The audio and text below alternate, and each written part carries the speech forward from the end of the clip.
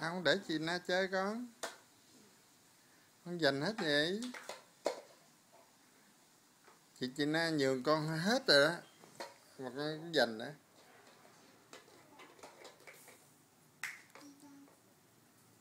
Đó thế à.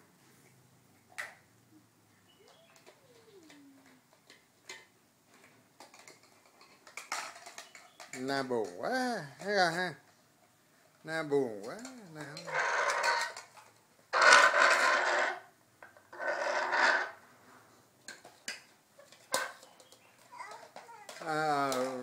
Kệ cho nhường đi con, mình nhường đi, mình làm chị mình nhường đi. Trời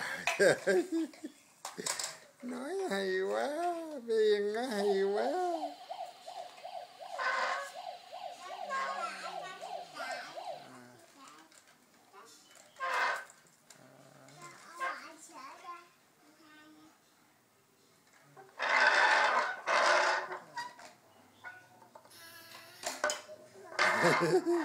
Buồn quá coi ha.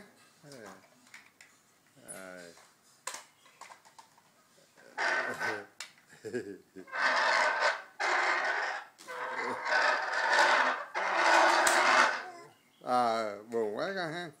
Cái gì Yên cũng giành hết ha. Yên giành hết rồi. Yên giành hết. Yên giành hết.